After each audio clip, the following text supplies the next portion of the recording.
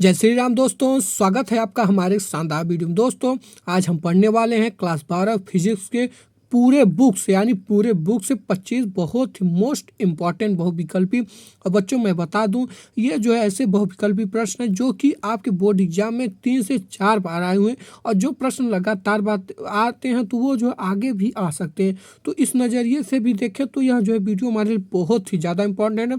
और यह दोस्तों मैं कह सकता हूँ पूरे गारंटी से कि यह जो आपके इस बार बोर्ड पेपर में 100% पक्का आएंगे। ये जो है आप कहीं पर लिख लीजिएगा और फिर जो है पेपर देने के बाद तब आइएगा कमेंट करिएगा, ठीक है। तो आप लोग एक बात ध्यान रखिएगा, इन्हें जरूर तैयार कर लेना, क्योंकि यार देखिए होता क्या है कि जो हमारा बहुविकल्पी होता है पहले पूछा जाता है।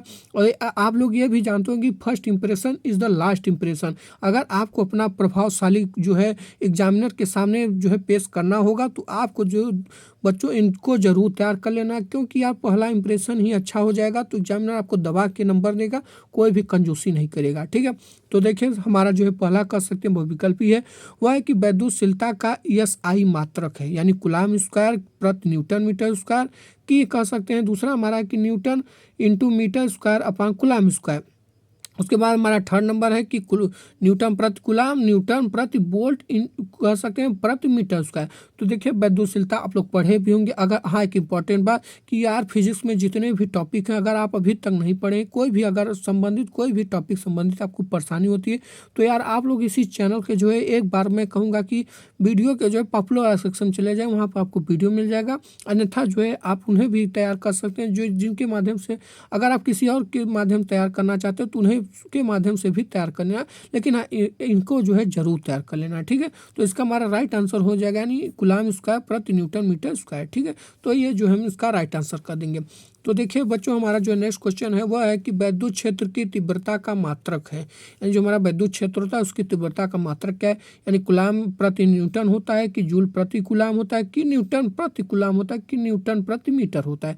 तो देखिए विद्युत क्षेत्र की तीव्रता का मात्रक क्या होता है, इसका मात्रक होता है न्यूटन प्रति कूलाम, विद्युत क्षेत्र की तीव्रता का मात्रक है। और यहाँ एक बात ध्यान रखिएगा, ये जो है इसका परिभाषा और इसका जो है मात्रक और इसका जो है सूत्र जरूर याद कर लेना, क्योंकि बोर्ड एग्जाम में बहुत ही पूछा जाता है, ठीक है। उसके बाद देखिए हमारा नेक्स्ट क्वेश्चन है कि विद्युत फ्लक्स। अब देखिए ध्यान से समझिएगा कि विद्युत फ्लक्स का मात्रक है, यानी न्यूटन प्रति कूलाम है कि वोल्ट इंटू मीटर है कि वोल्ट प्रति मीटर है कि न्यूटन इंटू मीटर प्रति कूलाम स्क्वायर है। तो देखिए हमारा जो है विद्युत फ्लक्स का मात्रक क्या होता है, वोल्ट इंटू मीटर, ये हमारा राइट आंसर हो जाएगा। देखिए अब एक बात यहाँ पर ध्यान रखिएगा कि यहाँ पर एक क्वेश्चन और पूछा जाता है, वहाँ पर देखिए विद्युत फ्लक्स था ना, तो यहाँ पर देखिए क्या है वैद्युत फ्लक्स, यानी दोनों में आप कंफ्यूजन मत होइएगा। एक देखिए विद्युत फ्लक्स होता है और एक हमारा वैद्युत फ्लक्स होता है। तो देखिए इसका हमारा पूछ रहा है कि विद्युत फ्लक्स यानी वैद्युत फ्लक्स का मात्रक क्या है, तो यानी वोल्ट प्रति मीटर होता है कि न्यूटन प्रति कूलाम होता है कि न्यूटन इंटू मीटर प्रति कूलाम होगा, और कि उसके बाद देख सकते हैं यहाँ पर हमारा है वोल्ट इंटू मीटर। तो देखिए यही बात है जो हमने यहाँ पर बताया था वही है, यानी वोल्ट प्रति वोल्ट इंटू मीटर क्या होगा, इसका हमारा विद्युत फ्लक्स का मात्रक होगा, ठीक है। तो आप जो है इन चारों बहुविकल्पी को समझ लिए, इन्हें जरूर तैयार कर लेना। और हाँ बच्चों यार आप सबसे यही रिक्वेस्ट है कि यार आपको कोई भी क्वेश्चन संबंधी का वीडियो चाहे तो हमें कमेंट में जरूर बताएगा, ताकि मैं आप सबके लिए वो वीडियो प्रोवाइड कर पाऊँ। तो बच्चों देख सकते हैं हमारा पांचवा है कि वैद्युत विभव का मात्रक है, यानी जूल प्रति कूलाम की जूल इंटू कूलाम की जूल प्रति मतलब कूलाम प्रति जूल की न्यूटन प्रति कूलाम। तो विद्युत का यानी कह सकते हैं वैद्युत जो है विभव का आप लोग परिभाषा भी पढ़े होंगे, इसका मात्रक भी होता है, इसका बीमा भी होता है।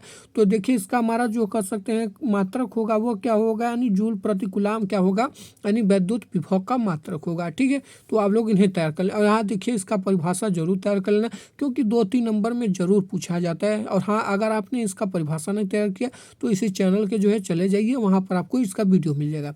उसके बाद देखिए हमारा नेक्स्ट क्वेश्चन है कि चुंबकीय क्षेत्र का मात्रक है, यानी जो हमारा चुंबकीय क्षेत्र होता है उसका मात्रक क्या होता है, यानी वेबर इंटू मीटर स्क्वायर होगा कि वेबर प्रति मीटर स्क्वायर होगा कि वेबर सिर्फ होगा कि वेबर प्रति मीटर होगा।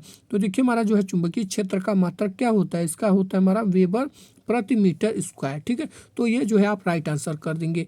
उसके बाद देखिए हमारा नेक्स्ट क्वेश्चन है कि ये देखिए आप इसे समझिए कि म्यू नॉट की फाई नॉट, यानी क्वेश्चन में कह सकते हैं छोटे से ब्रैकेट में म्यू नॉट फाई नॉट पे पावर -1/2 का मान होगा, यानी 3 × 10⁸ सेंटीमीटर या प्रति सेकेंड होगा, या 3 इंटू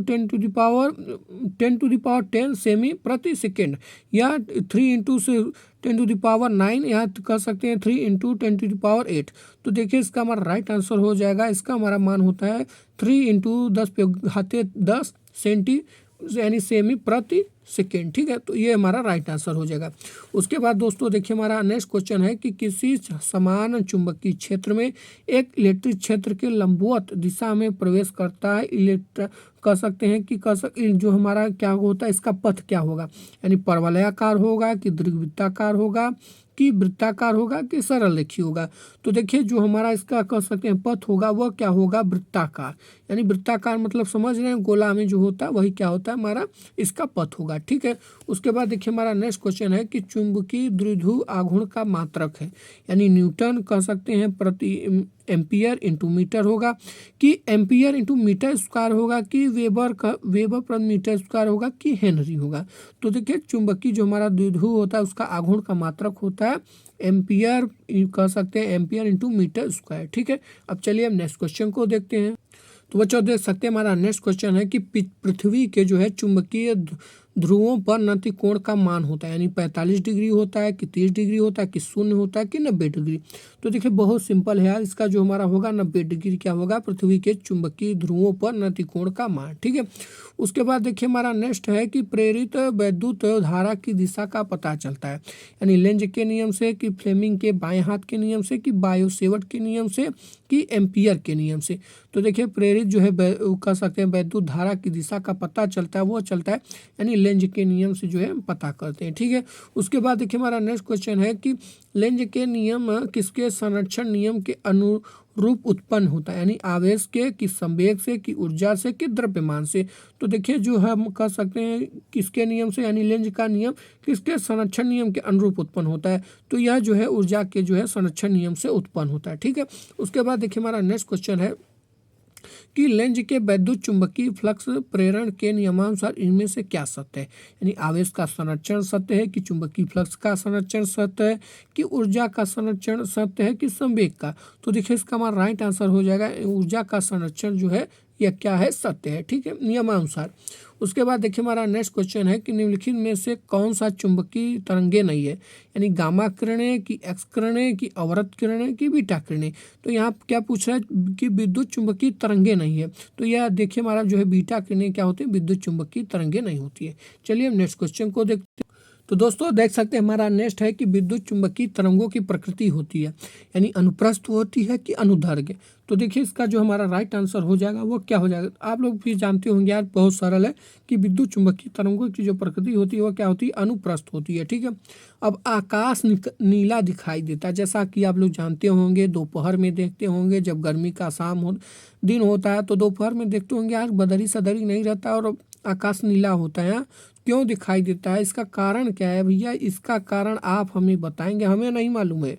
ये इसका उत्तर देखिए हमें नहीं मालूम है, ये उत्तर आप ही बताएंगे तभी मुझे मालूम होगा कि यार आकाश क्यों काला दिखाई देता है, तो आप हमें जरूर उत्तर बताइएगा। ठीक है, उसके बाद देखिए हमारा नेक्स्ट है कि नेत्र लेंस की प्रकृति होती है कि अभिसारी होती है कि अपसारी होती है कि दोनों, इनमें से कोई नहीं। तो देखिए भैया जो हमारा नेत्र लेंस की प्रकृति होती है वह क्या होती है, अभिसारी। इसका राइट आंसर हो गया। अरे यार बहुत सरल है, ठीक है, तो इन्हें तो टिक कर देना। उसके बाद देखिए सामान्य नेत्र की स्पष्ट दूरी होती है, यानी हम जो हमारा जो आँख होता है, जिस आँख से आप ये वीडियो देख रहे हैं उसका जो है नेत्र की स्पष्ट दूरी कितनी होती है, अनंत नहीं है भैया, अनंत नहीं होती, 50 सेंटीमीटर थोड़ा ज़्यादा है, 25 सेंटीमीटर, चलो विचार करेंगे, पहले इसे देख ले, यानी 75 सेंटीमीटर। तो भैया इसका सिंपल हो जाएगा हमारा 25 सेंटीमीटर क्या होता है, सामान्य नेत्र की स्पष्ट दूरी। ठीक है, उसके बाद देखिए हमारा नेक्स्ट क्वेश्चन है कि ध्रुवण कोण P तथा क्रांतिक कोण C में संबंध, यानी कह सकते हैं tan P बराबर cosec C या tan P बराबर sin C या tan P बराबर sec C या tan P बराबर cos C। तो भैया इसका हमारा जो है संबंध हो जाएगा tan P बराबर cosec C। ठीक है, उसके बाद देखिए हमारा नेक्स्ट है कि फोटान के गतिज द्रव्यमान का सूत्र है, यानी जो हमारा फोटान होता है उसके गतिज द्रव्यमान का सूत्र है, यानी CV/C होगा कि CV/C² होगा कि थोड़ा एच भी होगा, यहाँ HC बराबर भी होगा कि C²/H भी होगा। तो भैया इसका जो हमारा राइट आंसर होगा वो हो गया CV यानी HV/C²। ठीक है, तो हमारा जो है ये राइट आंसर होगा। चलिए हम नेक्स्ट क्वेश्चन को देखें और उन्हें क्या करते हैं, फाइनल करते हैं।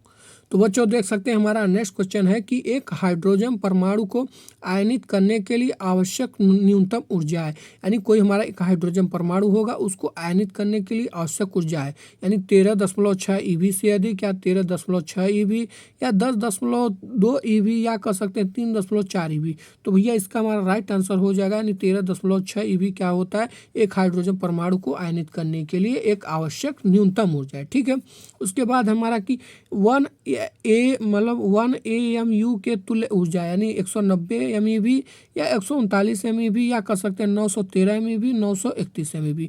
तो भैया इसके लिए जो हमारा तुल्य ऊर्जा होगा वो होगा 931 MeV। ठीक है बच्चों, आप लोग इन्हें ध्यान रखिएगा।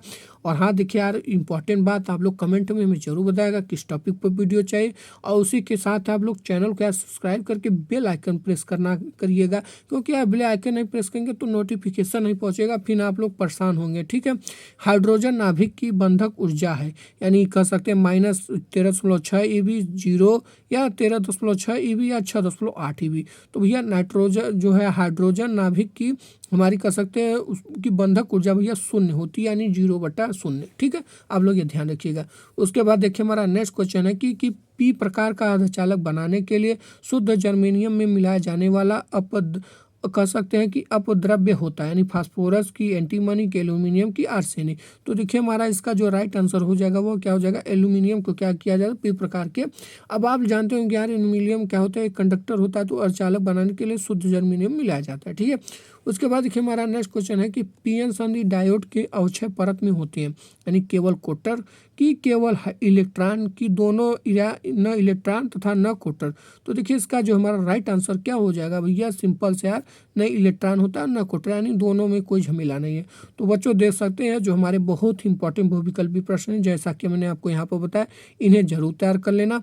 और आप सबसे एक रिक्वेस्ट है यार, जरूर चैनल को सब्सक्राइब करके बेल आइकन देखिए प्रेस करिएगा, ताकि मैं ऐसे ही शानदार वीडियो लाता हूँ। एक इंपॉर्टेंट बात यार, कमेंट में जरूर बताएगा कि हमारा वीडियो आपको कैसा लगता है, अगर कुछ कमियां हो तो जरूर बताएगा, ताकि हम उन्हें इम्प्रूव कर सके और आपके लिए ऐसे ही शानदार वीडियो लाते रहें। चलिए, जय हिंद, जय भारत, वंदे मातरम।